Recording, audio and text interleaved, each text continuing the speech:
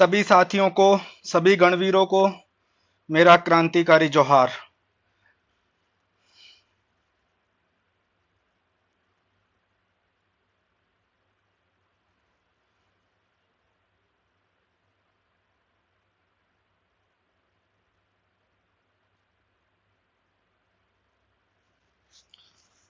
सभी साथियों को मेरा क्रांतिकारी जोहार। जितने भी साथी जुड़ चुके हैं प्लीज अधिक से अधिक शेयर करें, क्योंकि अब हमारा ये जो आज का दिन है वही हमारा भविष्य निर्धारित करेगा, ये मान लीजिए। और ये हमारे समुदाय का भी, हमारे जो समुदाय का भविष्य है उसको भी यही निर्धारित करेगा आज का जो दिन है। तो अगर मेरी और तमाम साथियों से निवेदन है कि प्लीज इस वीडियो को इतना शेयर करिए कि 1000 व्यूज से ज्यादा व्यूज होने चाहिए, यहां पर लोग देखने वाले होने चाहिए। सभी साथियों से निवेदन है पहले इस वीडियो को शेयर करें, क्योंकि आज जैसा छल कपट हमारे साथ आज तक नहीं हुआ। या तो फिर इन लोगों ने हमसे जब आमेर का किला जीता था तभी ऐसा छल कपट किया था, या फिर आज ही किया है। तमाम साथियों से निवेदन है अधिक से अधिक शेयर करो, अधिक से अधिक।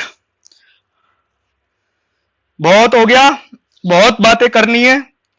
डॉक्टर साहब ने कई बिंदु रखे हैं अपने उसमें ज्ञापन में, उन बिंदुओं पे चर्चा होगी। कुछ ऑडियो वायरल हो रहे हैं, उन पे चर्चा होगी। प्रशासन की तरफ से वीडियो आया है, उस पे चर्चा होगी। आंदोलन को लेकर हमारे तमाम साथियों के जो सवाल हैं उस पे चर्चा होगी।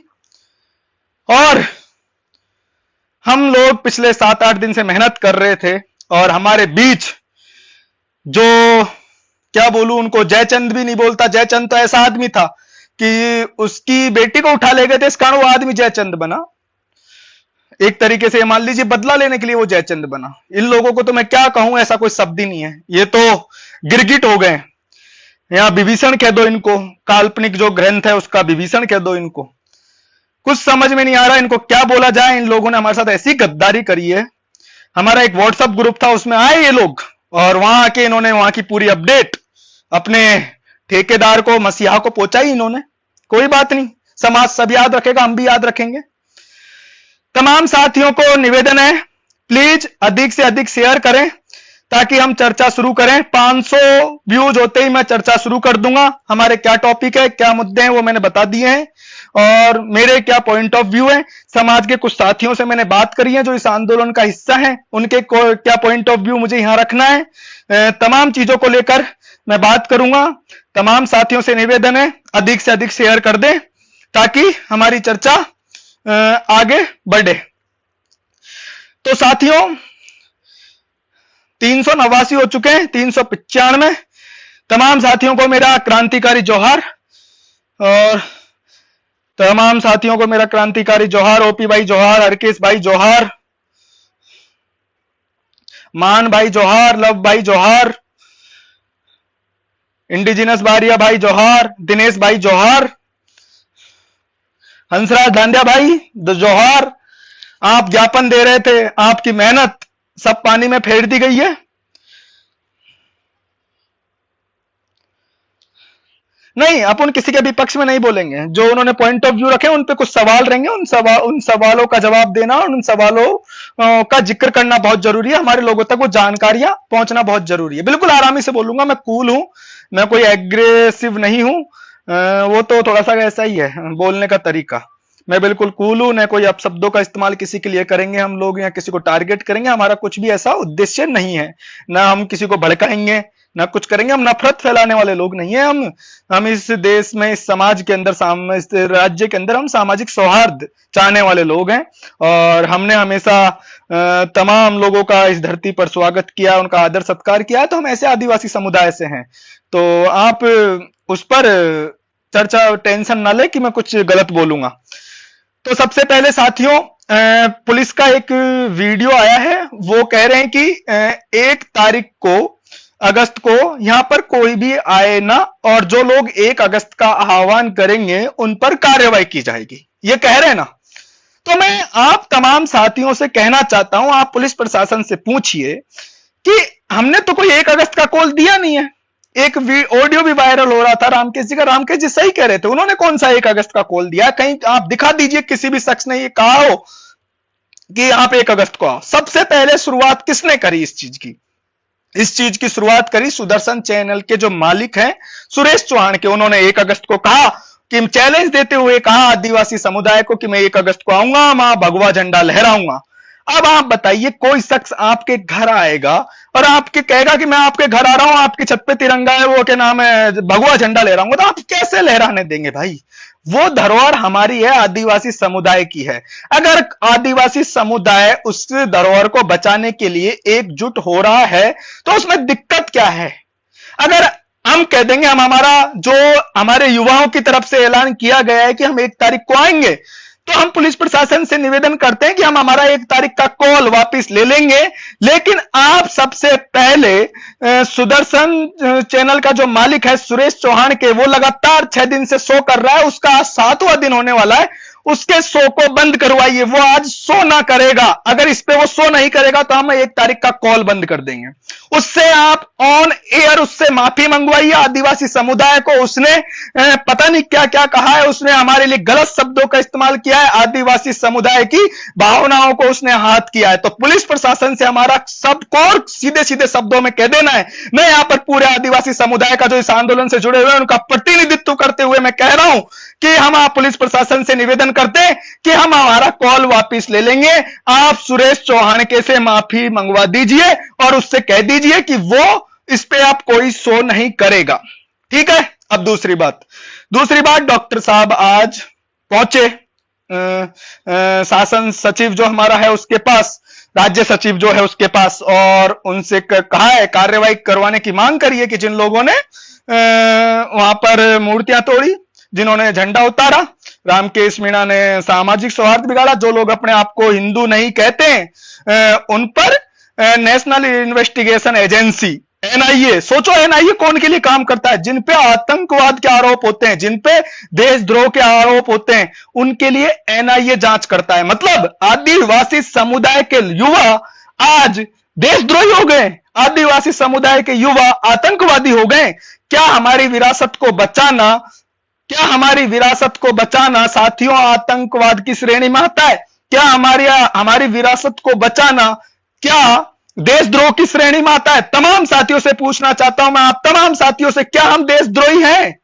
हम हमारी विरासत बचा रहे हैं, हम कह रहे हैं कि भाई हम हमारी विरासत बचा रहे हैं। कोई ने हमारी जमीन पे आया, उसने वहां पर भगवा झंडा लहराया और हम उसको हटाने की मांग कर रहे हैं, और कोई दोबारा कह रहा है कि हम वहां पर आकर भगवा झंडा लगाएंगे, तो हम उसके विरोध में ही तो प्रतिरोध कर रहे हैं। तो आप हम पे देशद्रोह का आरोप लगाओगे? आपको मैं बता देना चाहता हूं, हिंदू मैरिज एक्ट हम आदिवासियों पर लागू नहीं होता है। आप इतिहास उठा के देखिए अपना, क्योंकि आप पढ़ते नहीं है ना, आपको इतिहास जो मनुवादी इतिहास है वो पढ़ाया गया है और आपको रिसर्च में रुचि है नहीं। तो मैं आप तमाम साथियों से कहता हूं, गूगल पे जाइए, इंडिजीनस सेंसस, बस इतना कर दीजिए, ट्राइबल सेंसस कर दीजिए, इंडिजीनस सेंसस कर दीजिए, आपको पता लगेगा आजादी से पूर्व इस देश के अंदर आदिवासी समुदाय की गणना एक अलग धर्म के तौर पे होती थी। आज ये हमारा सबसे ज्यादा हिंदूकरण इन लोगों ने कर दिया है। ये हमें हिंदू बनाना चाहते हैं अपने एजेंडे के लिए। अगर हेमंत सोरेन पब्लिकली कह रहे हैं कि हम आदिवासी नहीं है, हम अलग आदिवासी कॉलम चाहते हैं, तो क्या हेमंत सोरेन देशद्रोही है? क्या हेमंत सोरेन आतंकवादी है?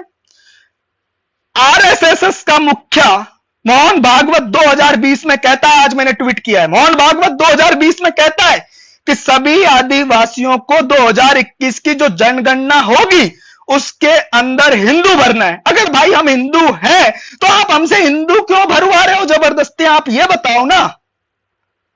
तो भाइयों आप ये बताओ, क्या अगर हम लोग कहते हैं, मैं आप तमाम साथियों से अपील करता हूं या कमेंट बॉक्स में लिख दीजिए, हम हिंदू हैं, हम हिंदू नहीं हैं, हम आदिवासी हैं। तमाम साथियों से निवेदन, आप लिख दीजिए यहां पर, हां मैं आदिवासी हूं लेकिन हिंदू नहीं हूं, हां मैं आदिवासी हूं हिंदू नहीं, साफ साफ लिख दीजिए। ऐलान जाना चाहिए, नेशनल इन्वेस्टिगेशन एजेंसी को पता लगना चाहिए कि यह आदिवासी समुदाय के लोग हिंदू नहीं है, ये वास्तव में आदिवासी है। और जो नेता नेशनल इन्वेस्टिगेशन एजेंसी से जांच कराने की मांग कर रहा है, वो आरएसएस का एक एजेंट है, ये पता लग जाना चाहिए तमाम साथियों को। ये मेरा एक बिंदु है। और किसी को फैक्ट चाहिए, जो पूछता है कि अर्जुन भाई आप साबित करिए कि हम हिंदू नहीं है, तो मैं उसको पूरे फैक्ट दूंगा कि हम आदिवासी लोग हिंदू नहीं है, हमारे सभ्यता अलग है, हमारी संस्कृति अलग है, हमारी कल्चर अलग है। जो लोग कह रहे हैं कि अर्जुन भाई हमारे क्षेत्र के अंदर हिंदुत्व का प्रभाव क्यों, हमारे शादी विवाह समारोह, हमारे गांव में मंदिर क्यों, तो मैं आपको एक बात बता देना चाहता हूं साथियों, आप पढ़िए आर्य समाज मूवमेंट राजस्थान में किन क्षेत्रों के अंदर चला। आप ये पढ़िए कि आदिवासी क्षेत्रों में आर्य समाज मूवमेंट इन लोगों ने चलाया, पूर्वी राजस्थान में चला। उसकी वजह से हमारे हर गांव के अंदर एक आपको हनुमान जी का मंदिर मिलेगा और एक आपको मंदिर मिलेगा इसका क्या नाम है, ठाकुर जी का। दो मंदिर आपको हमारे गांवों में मिलेंगे। हमारे गांव के अंदर आपको वो अगर वास्तविक पुराने मंदिर मिलेंगे जहां पर कोई मूर्ति नहीं है, तो वो हमारी कुलदेवी है। हमारा कोई थान है जहां हमने एक भाटे को पूज रखा है। हम भाई प्रकृति पूजक लोग रहे, हमने हमारे पहाड़ों को पूजा है। नियमगिरी का पहाड़ आदिवासी समुदाय पूजता है। आप दक्षिणी राजस्थान में जाइए, कोई भी आदमी दक्षिणी राजस्थान के अंदर आप जाओगे, वहां के आदिवासी क्षेत्रों में आप घूमोगे, तो आपको नजर आएगा कि वहां पर कोई मंदिर ही नहीं है, क्योंकि वहां पर आर्य समाज का प्रभाव नहीं था। आपको यह बात समझनी पड़ेगी। तो इस कारण हम आदिवासी लोगों पर हिंदूकरण हमारा हुआ है।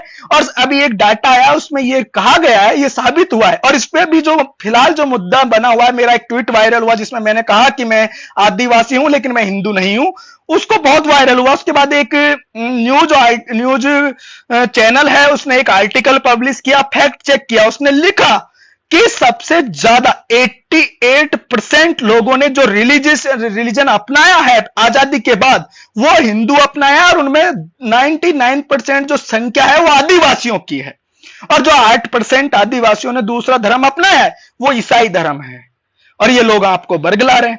वो सुरेश चौहान के टीवी चैनल पे मेरे जैसे आदमी को और इस समाज के तमाम आदमियों को जिहादी बोल रहा है, ईसाई बोल रहा है। अगर हम हमारी संस्कृति बचाने की बात कर रहे हैं तो क्या हम ईसाई हो गए, क्या हम जिहादी हो गए? ये अब हमें सर्टिफिकेट देंगे। डॉक्टर साहब कह रहे हैं कि इसमें अंतरराष्ट्रीय एजेंसियां शामिल है। अरे भाई, हमारे कौन से अंतरराष्ट्रीय संबंध है? आप कौन सा एंगल ढूंढ रहे हो भाई साहब? अब एक चीज डॉक्टर साहब ने बयान दिया कि हम हमारे रीति रिवाजों को हिंदू रीति रिवाज के हिसाब से मानते हैं। मैं हम तमाम साथियों से पूछता हूं, क्या ये तमाम जो हिंदू हैं वो जो पितृ पूजन हम करते हैं उनको मानते हैं?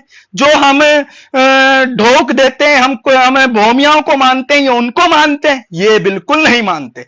ये केवल उन्हीं ग्रंथों को मानते हैं जो या तो रामायण हो, महाभारत हो, वेद हो, ये उनको मानते हैं। ये आदिवासी समुदाय के जो लोक देवता हैं उनकी पूजा करते हैं क्या? कभी नहीं करते भाई। कौन से ये स्वर्ण कास्ट के लोग या अपर क्लास के हिंदू आकर मेहर गोत्र की कुलदेवी को पूजता है? भाई नहीं पूजता ना। ये लोग हमें तोड़ना चाहते हैं, ये लोग हिंदू मुस्लिम राजनीति करना चाहते हैं। अब डॉक्टर साहब ने कह दिया कि वो तो किसी मुसलमान ने तोड़ा। चलो मान लिया तोड़ा, कुछ भी किया, और डॉक्टर साहब ने कह दिया कि खो नागोरियन का किला है, उस पर कुछ धर्म विशेष के लोगों ने कब्जा कर रखा है। बिल्कुल। अब खो नागोरियन का इतिहास जानना चाहिए। उसका सबसे पहले तो आपको यह पता करना चाहिए कि नागौरी लोगों के आधार पर, नागौरी मुसलमानों के आधार पर उसका नागौरियन नाम क्यों पड़ा। मैं आपको बताता हूं साथियों इतिहास। आमेर का किला कौन का है? आप कहेंगे आदिवासियों का है। बिल्कुल आदिवासियों का है। आमेर का किला हमारा था। हमारे वहां के राजा पितृ जो हम पानी देते हैं वो दे रहे थे, और इन लोगों ने वहां पर पीछे से हमला किया, उनकी हत्या कर दी और हमारे आदिवासी किले को कब्जा लिया। उसके बाद चांदा देवी ने आह्वान किया था कि हम आमेर को दोबारा हासिल करेंगे, और जो आह्वान किया था उससे डर गए ये लोग, रजवाड़े लोग, और इन्होंने मुगलों को बुलाया कि आप ऐसा करिए, आप आइए, जयपुर का ये बाहरी इलाका था, आप यहां पर हमारी रक्षा करने के लिए तैनात हो जाइए, ये किला आपको दे रहे हैं, जागीर के तौर पे आपको सौंप रहे हैं। अब आप बताइए, मैं आप तमाम साथियों से पूछता हूं, अगर कोई आदमी ने वो किला जागीर के तौर पे हासिल कर लिया, अगर इस आधार पर हम अपने किले मांगने लगे, तो मैं डॉक्टर साहब से कहता हूं खुला खुला कि डॉक्टर साहब आप सबसे पहले आमेर के किले की मांग करिए कि आमेर का किला आदिवासियों का है, आदिवासियों को दिया जाए वो किला। सबसे पहले आप आदिवासियों की जो धरोहर है, आदिवासियों की जो इज्जत है, आमेर का किला आमेर के आदिवासियों को दिया जाए, हम आदिवासियों को सौंपा जाए। अगर यही आपका तथ्य है, मैं आप तमाम लोगों से कहता हूं साथियों, जो धरोहर किसी ने जीत ली, जो धरोहर किसी ने जीत ली युद्धों में, उस पर हमें हक जमाने का कोई हक नहीं है। कई लोग ये हिंदूवादी संगठन कहते हैं कि यहां पर मुगल आए, उन्होंने इतना अत्याचार किया, उन्होंने हमारे किलों को ढहा दिया, हमारे मंदिरों को ढहा दिया। अरे भाई, उस टाइम का इतिहास पढ़ो। तुम लोगों ने भी तो बुद्धों के जो स्तूप होते थे उनको लूटा, तुमने मठों को लूटा उनको, क्यों? क्योंकि ये खजाने के गढ़ होते थे।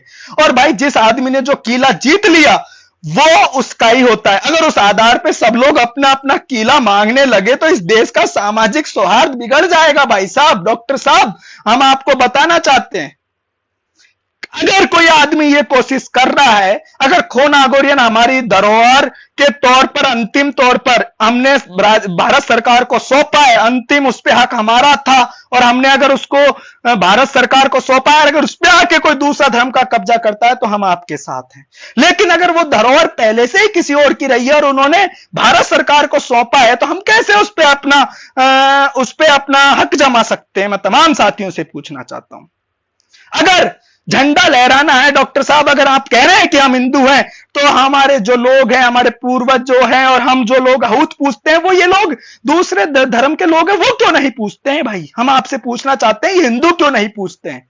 और एक और बात, डॉक्टर साहब कह रहे हैं कि मैं उस किले पर जाकर मीनेस का झंडा लहराऊंगा। डॉक्टर साहब से कहते हैं कि हम पर आरएसएस का एजेंडा थोपना बंद करिए। हम कोई मत्स्य अवतार की संतान नहीं है, हम कोई मीन भगवान की संतान नहीं है। हमारा जरूर मीन मतलब मछली जो हमारा गण चिन्ह हुआ करता था, ना कि हम उसके वंशज हैं, ना कोई हम विष्णु के अवतार हैं। हमारा जो राज्य था, जो मत्स्य प्रदेश था, जो किंगडम था, मत्स्य किंगडम और पांड्या किंगडम तमिलनाडु का, उन दोनों का गण चिन्ह जो मछली है, पूरी मछली, वो हुआ करता था। और इन्होंने मत्स्य कौन बना दिया? आधा मछली और आधा भगवान। भाई साहब, वो झंडा और ये आरएसएस का एजेंडा बिल्कुल उस किले पे नहीं चलेगा डॉक्टर साहब। उस किले पे अगर आपको लहराना है तो तिरंगा लहराइए, नहीं तो आदिवासी समुदाय का झंडा लहरेगा। और आदिवासी समुदाय का झंडा आदिवासी समुदाय के युवा, आदिवासी समुदाय की जाजम, आदिवासी समुदाय के पूर्वज तय करेंगे। आप अकेले आरएसएस के एजेंट तय नहीं करेंगे कि कौन सा झंडा वहां लहरेगा। और एक और बात, अगर आपको झंडा लहराने का इतना शौक है, मैं आपसे कहता हूं डॉक्टर साहब, आप ऐसा करिए, आप आरएसएस के बहुत बड़े आदमी हैं, आप बीजेपी के बहुत बड़े सांसद हैं, राज्यसभा सांसद हैं। हम आपसे कहते हैं डॉक्टर साहब, हम आपसे कह रहे हैं, आप एक, अगर ये हिंदू लोग अगर आपको हिंदू मानते हैं तो हमारा आपको खुला चैलेंज है कि आप लोग एक बार जो जयगढ़ पे जो रियासत का झंडा लहर रहा है, उस रियासत के झंडे को हटाकर वहां पर तिरंगा ही लहरा दीजिए, वहां भगवा ही लहरा दीजिए, वहां आदिवासी समुदाय का झंडा ही लहरा दीजिए। अगर वास्तव में आप हमें हिंदू मानते हैं तो उतरवाइए ना वो रियासत का झंडा, वो किस हक से लहर रहा है वहां पर? देश, इस राजस्थान की तमाम जो किले हैं उन पर आप आदिवासी झंडा लहराओ, आप लहराओ इस मीन भगवान वाले झंडे को पूरे आदिवासी जो किले हैं उन पर। हम आपको देखते हैं कितने लोग, ये ठाकुरों के लोग, रजवाड़ों के लोग, ये दूसरे लोगों के हाथों में जो कब्जे हैं इन किलों के, वो आपको वहां झंडा लहराने देते हैं क्या? तो डॉक्टर साहब, हम आपसे कहते हैं कि इस राजस्थान प्रदेश के अंदर हिंदू मुसलमान की राजनीति बंद करिए। डॉक्टर साहब, यह आपका चरित्र नहीं रहा है। आपको हम देख रहे हैं पिछले 2 साल से कि आप किस तरीके से काम कर रहे हो। मीणा समुदाय के आदमी ने किसी पुजारी की हत्या नहीं की थी, लेकिन आपने उस पुजारी के लिए आंदोलन किया और मीणा समुदाय के उस बेचारे निर्दोष आदमी को जेल की सलाखों के पीछे पहुंचा दिया आपने। डॉक्टर साहब, ये जो हिंदूवादी लोग हैं, जो नफरत फैलाते हैं पूरे देश के अंदर, इन लोगों की कभी हिम्मत नहीं थी कि ये हमारे पूर्वी राजस्थान के अंदर धर्म की राजनीति कर पाए। इनको कौन लोग बढ़ावा दे रहे हैं? डॉक्टर साहब, हम आपसे पूछना चाहते हैं, आपके हम समर्थक रहे, हम आपके बहुत बड़े, आपको पूजनीय माना है हमने, आप जवाब दीजिए डॉक्टर साहब हम लोगों को।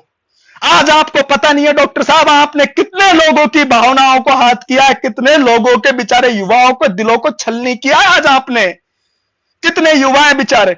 अगर आप हिंदू हैं डॉक्टर साहब, तो मैं आपको कहता हूं कि आपकी धर्मपत्नी गोलमा देवी जी को मंदिर में क्यों नहीं घुसने दिया गया था? आप हमें बताइए ना, बताइए डॉक्टर साहब, अगर आपकी पत्नी को क्यों नहीं घुसने दिया था मंदिर में? मैं आपको कहता हूं डॉक्टर साहब, जब लाहौर के अंदर जो अपर कास्ट के हिंदू हैं उन्होंने कहा था कि इसके अंदर कोई दलित नहीं घुसेगा, आदिवासी नहीं घुसेगा, तो आपको क्यों नहीं घुसने दिया था डॉक्टर साहब? मैं आपसे पूछता हूं, आपका एक ये आदिवासी समुदाय का युवा आपसे पूछ रहा है कि आपने क्यों नहीं घुसा, आपको क्यों नहीं घुसने दिया था? आप बताओ ना, क्यों नहीं घुसने दिया था? डॉक्टर साहब, हकीकत यह है कि आप पर संघ का दबाव पड़ा है। हमें तो यह रिश्ता बता दो, यह रिश्ता क्या कहलाता है कि सुदर्शन चौहान के ने कहा कि मैं आदिवासियों के हाथी में झंडा फहरवाऊंगा, तो मुझे लगता है कि आपका तो पहले दिन से ही सपोर्ट था उसको। यानी कि आपको वो आदमी आदिवासी समुदाय को सीधा सीधा गाली दे रहा है, उसके लिए आपने एक भी शब्द का जिक्र अपने ज्ञापन में नहीं किया। आप हमें बताइए कि यह रिश्ता आपका क्या कहलाता है? क्या ये हमारे बाबा इसी तरीके से क्रांति करेंगे? क्या आप लोग भक्तों से बोलोगे कि करते रहो जपनाम जपनाम जपनाम? बाबा बिल्कुल गलत कर रहे हो आप। अगर आप वास्तव में चाहते हो तो कार्रवाई चौहान पे कराइए। उसने आदिवासी युवाओं को भड़काया, उसने आदिवासी युवाओं को चेतावनी दी। हमने तो किसी को चेतावनी नहीं दी थी, हमने तो नहीं कहा था कि यहां संगी आओ झंडा लहराओ। उन लोगों ने हमने चेतावनी दी है कि हम आदिवासी किले पाएंगे, भगवा झंडा लहराएंगे। तो डॉक्टर साहब, आपसे निवेदन है, आपसे हाथ जोड़ के रिक्वेस्ट है कि प्लीज आदिवासी समुदाय को दो भागों में बांटना बंद करो। आदिवासी समुदाय आदिवासी रहेगा।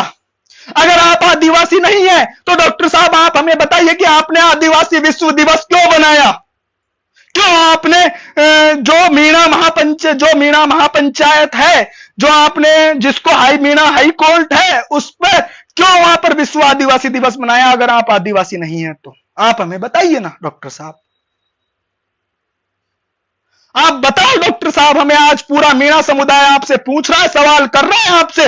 आप हमें बताओ कि आखिरकार आपने क्यों आदिवासी विश्व आदिवासी दिवस बनाया? मुझे लगता है कि आपने विश्व आदिवासी दिवस केवल अपनी राजनीतिक रोटियां सेकने के लिए, मीणाओं के वोट लेने के लिए, आदिवासियों के वोट लेने के लिए मनाया था। और तमाम लोगों से कह देना चाहता हूं, जिनको भगवा झंडा लहराना है अपने घरों पे लहराए, जिनको मिनेस का झंडा लहराना है अपने घरों पे लहराए। इस देश की धरोहरों पर कोई झंडा लहरेगा तो तिरंगा लहरेगा, और आदिवासी समुदाय की कोई धरोहरों पर झंडा लहरेगा तो जौहार का नारा लिखा हुआ झंडा लहरेगा, ना कि कोई आरएसएस का जो थ्योरी आरएसएस द्वारा रची गई है उससे संबंधित कोई झंडा लहरेगा। ये हमारे धरोहरों का भगवाकरण बंद करिए, हमारी धरोहरों पर आरएसएस का एजेंडा थोपना बंद करिए, और हमारे आदिवासी समुदाय पर आरएसएस का एजेंडा थोपना बंद करिए डॉक्टर साहब।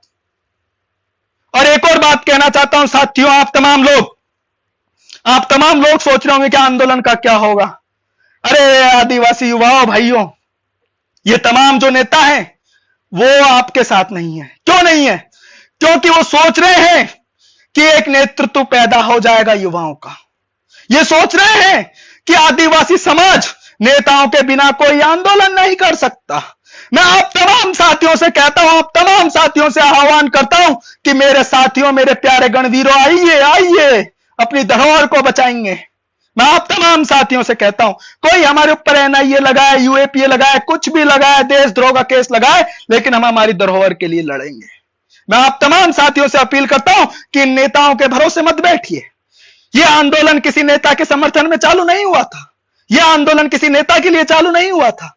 यह आंदोलन हमारी अस्मिता के लिए, हमारे जल जंगल जमीन के अधिकार के लिए, हमारे स्वाभिमान के लिए चालू हुआ था। और यह आंदोलन किसी शख्स ने चालू नहीं किया था, यह आंदोलन आप तमाम युवाओं ने चालू किया था। यह आंदोलन आप तमाम युवाओं ने चालू किया था। और अब पूछ रहे हैं कि भाई साहब इतने लोग आएंगे, नेतृत्व कौन करेगा? मैं तमाम साथियों से कहता हूं, हमने बहुत आंदोलन देखे हैं, बहुत आंदोलनों में हम गए, और कई आंदोलनों में हमने छात्र संगठन के तौर पे भी नेतृत्व किया है। मैं आप तमाम साथियों से कहता हूं, जितने भी हमारे साथी वहां आएंगे, चाहे वो युवा नेता हो, युवा नेत्री हो, कोई नेता है तो नेता, कोई नेत्री आए तो नेत्री, कोई सामाजिक कार्यकर्ता आएगा सामाजिक कार्यकर्ता, कोई सरपंच आएगा तो सरपंच, कोई और शख्स आएगा, उन तमाम साथियों को हम नेतृत्व की जिम्मेदारी देंगे और सब एक दूसरे का हाथ पकड़कर जय जोहार का नारा लगाते हुए, जोहार का नारा लगाते हुए आगे बढ़ेंगे। मैं तमाम साथियों से कहता हूं, आप सब आइए, आप सब आइए, चाहे नरेश मीणा हो, चाहे विक्रम मीणा हो, चाहे देशराज मीणा हो, भवी मीणा हो, और चाहे हरीश बंटी हो, चाहे हमारे दक्षिणी राजस्थान से आने वाले साथी कांति भाई हो, तमाम जितने भी साथी हैं या अन्य समुदायों के जो साथी हैं, चाहे हिम्मत सिंह गुर्जर हो, चाहे कोई और समुदाय, दलित समुदाय के, चाहे कोई और भी साथी हो, और चाहे यादव समुदाय के, जाट समुदाय के, जितने भी तमाम साथी हैं वो हमारे समर्थन में आए। हम आप सबको एक नेतृत्व देंगे और ये हम एक सामूहिक नेतृत्व करेंगे। उसका कोई भी उस आंदोलन का एक नेता नहीं होगा, सब सामूहिक होंगे। चाहे वो 100 नेतृत्व निकल के आए, चाहे 100-200 लोग निकल के आए, सबको आगे रखा जाएगा। कुछ लोग बोल रहे हैं कि भाई किन्हीं साथियों पर केस लग जाएंगे। मैंने उसके लिए लिखा है साथी, हम पुलिस के पास जाएंगे, हम कमिश्नर से मिलेंगे 31 तारीख को और पुलिस प्रशासन से कहेंगे कि हम ये 100 लोग हैं, हम ये 200 लोग हैं, हम इसकी जिम्मेदारी लेते हैं कि उस आंदोलन के अंदर कुछ भी होता है, कुछ भी उपद्रव होता है, हिंसा होती है, तो आप आके सबसे पहले हमें अरेस्ट करना, उसकी जिम्मेदारी हम ले रहे हैं। आज तक तुमसे किसी नेता ने यह जिम्मेदारी नहीं ली होगी कि उसने आपको आंदोलन में बुलाया और कहा हो कि मैं तुम्हारी जिम्मेदारी लेता हूं बेटा, तुम्हारे ऊपर कोई केस नहीं दूंगा। हम कह रहे हैं आपसे पहली बार, हम सब युवा कह रहे हैं, हम एक भी केस आप युवाओं पे नहीं लगने देंगे। अगर कुछ उपद्रव होता है तो हम तमाम लोगों से कहते हैं जो डर रहे हैं वो सबसे पीछे की लाइन में रहना, सबसे आगे तुम्हारे वो युवा रहेंगे जो समाज के लिए लड़ना जानते हैं, जो संघर्ष करना जानते हैं, जो वर्षों से समाज के लिए लिख रहे हैं, संघर्ष कर रहे हैं। उन युवाओं को हम आगे रखेंगे, उन महिलाओं को हम आगे रखेंगे। तमाम साथियों से मैं कह रहा हूं, आज सुबह से फोन आ रहे हैं हमारे पास कि आपने कैसे रैली रख ली। अरे भाई आप ये बताइए, उस आदमी को बोलिए सबसे पहले जिसने हमें चेतावनी दी, आपने उसको फोन किया, आपने उसके स्टूडियो में फोन किया कि वो क्यों 1 तारीख को आ रहा है, आप हमें क्यों फोन कर रहे हो? हमने तो कुछ कहा ही नहीं कि हम आ रहे हैं, हम तो ये कह रहे हैं कि हम हमारे किले को बचाने आ रहे हैं, झंडा लहराने, तो वो आ रहा है उसको रोको ना। तो तमाम साथियों से ये कह देना चाहता हूं, नेतृत्व के बारे में आप कोई दिक्कत ना लो, यह आंदोलन इतिहास में लिखा जाएगा, अभी नहीं तो कभी नहीं, और यह आरएसएस की नींव खोद के रख देगा मेरे प्यारे साथियों पूरे हिंदुस्तान के अंदर। यह आपको पता होना चाहिए। इतने दिन से बीजेपी के लोग क्यों खुलकर इस आंदोलन के समर्थन में, इनके खिलाफ क्यों नहीं, हमारे खिलाफ क्यों नहीं बोल रहे थे? क्योंकि उनको पता है आदिवासी समुदाय एकजुट हो चुका है और आदिवासी समुदाय ने इसको अपनी अस्मिता का प्रश्न चिन्ह बना लिया है, और अब उन्होंने तोड़ने के लिए अपने एक एजेंट को हमारे सामने खड़ा कर दिया है। देखिए, इन्होंने पुराने जमाने में भी ऐसे ही किया था, हमारे लोगों के खिलाफ हमारे लोगों को ही खड़ा कर दिया था, और आज भी ये लोग हमारे लोगों के खिलाफ हमारे लोगों को खड़ा कर रहे हैं। तो आप तमाम साथियों को मैं बता देना चाहता हूं, आपको ये आह्वान, आप बिल्कुल कमजोर मत पड़िए, आप बिल्कुल कमजोर मत पड़िए। आप लोगों को आंदोलन करना है, आप लोगों को यहां आना है। हमने पूरी रणनीति बना ली है, और जो ये बीजेपी के लोग थे हमारे ग्रुप में थे जिसमें हम रणनीति बना रहे थे, हमने वैसे 2 सीक्रेट ग्रुप बना रखे थे, ये हमारे दूसरे ग्रुप में थे, हमसे रोज पूछ रहे थे यार अर्जुन रणनीति बताओ, अरे रणनीति बताओ। अब हमें पता लगा कि ये हमसे रणनीति इतनी दबाव में क्यों मांग रहे थे, हम पे इतना दबाव क्यों कर रहे थे रणनीति जानने के लिए कि हमारा प्लान क्या है, हम जयपुर में कैसे एंट्री करेंगे, कहां पार्किंग करेंगे। अब आज हमें समझ में आया कि ये वो हम पे इतना प्रेशर क्यों कर रहे थे। तो तमाम साथियों से निवेदन है, हम आपसे कहते हैं आपको कोई घबराने की जरूरत नहीं है, हम परमिशन लेंगे, प्रशासन से इजाजत लेके ही हम आंदोलन करेंगे, और आप तमाम साथियों को आपकी विरासत, आपकी अस्मिता बचाने के लिए आना है। आप लिखिए कितने लोगों को ये यूएपीए में डालेंगे, कितने, पुलिस ने कहा है ना कि हम कार्रवाई करेंगे जो लोग आह्वान करेंगे। मैं आज आह्वान कर रहा हूं, यहां पर पुलिस प्रशासन मेरे पे कार्रवाई करे, मैं समाज के लिए अंदर जाने के लिए तैयार हूं, यूएपीए खाने के लिए तैयार हूं। एनआईए अगर कोई जांच करती है और वो मेरे ऊपर लगाए, मैं समाज के लिए बलिदान देने के लिए तैयार हूं। साथियों, आपके समुदाय में युवाओं की कमी नहीं है नेतृत्वकर्ताओं की, लेकिन ये नेता चाहते ही नहीं है, चाहे वो कांग्रेस का नेता हो चाहे बीजेपी का नेता हो, वो चाहता ही नहीं है कि इस समाज के अंदर कोई नेतृत्व पैदा हो। तो आप तमाम साथियों से निवेदन है, आप सबको आना है, आप अपना हौसला बुलंद रखिए। किसी समाज जयचंद के वजह से, किसी विभीषण की वजह से आंदोलन खत्म नहीं होगा साथियों, आंदोलन चलेगा। आंदोलन तभी खत्म होगा, हम पुलिस प्रशासन से अब भी कह रहे हैं, आंदोलन तभी खत्म होगा जब सुरेश चौहान के वहां पर माफी मांगेगा मीडिया के सामने, अपने चैनल के माध्यम से, आदिवासी समुदाय से। और वो ये आदिवासी समुदाय पे जो लगातार शो कर रहा है, जो भगवा झंडा लहराने की बात कर रहा है, वो अपना शो बंद कर देगा। उसके बाद ही हम आंदोलन खत्म करेंगे, नहीं तो हम आंदोलन खत्म नहीं करेंगे, आंदोलन चलेगा। और मेरा तमाम युवा नेताओं से गुजारिश है कि वो खुलकर समाज के लिए सामने आए। समाज याद रखेगा आपको, इस दौर में समाज याद रखेगा, नहीं तो समाज भूल जाएगा तुम कौन थे। तुम वो लोग थे जो उस दौर में समाज को जब जरूरत थी तुम चुप बैठे थे। तो तमाम साथियों से निवेदन है, आप सभी साथियों को आना है और आंदोलन का हिस्सा बनना है। और सभी साथियों को मेरा अंत में दोबारा क्रांतिकारी जोहार, इनकलाब जिंदाबाद।